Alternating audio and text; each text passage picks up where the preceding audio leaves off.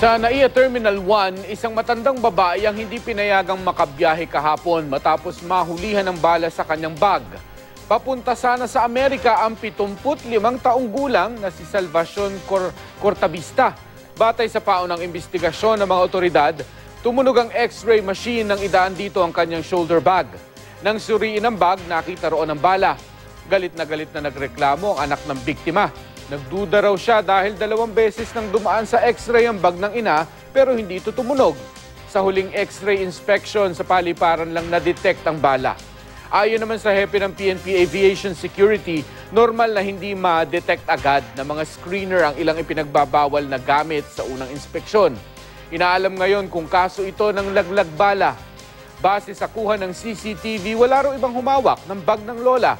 Ang asawa pa mismo ng lola ang kumuha ng bala sa bagahe nang ma-detect ito sa x-ray.